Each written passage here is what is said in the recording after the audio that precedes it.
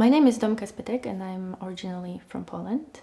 I'm a multidisciplinary designer and I work with design for equality. And right now I'm focusing mostly on working with non-binary sex education. So I design solutions for healthcare and education.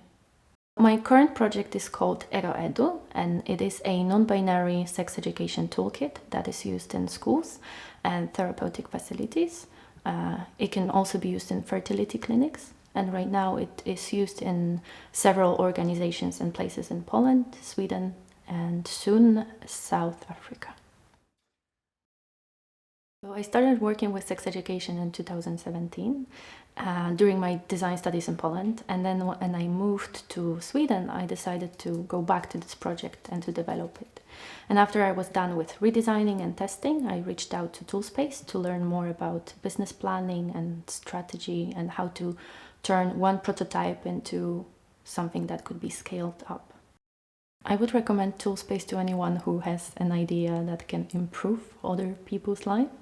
And you don't necessarily have to have all the answers, business-wise or design-wise, but Toolspace will provide you with all the knowledge you need to develop this one idea into a product.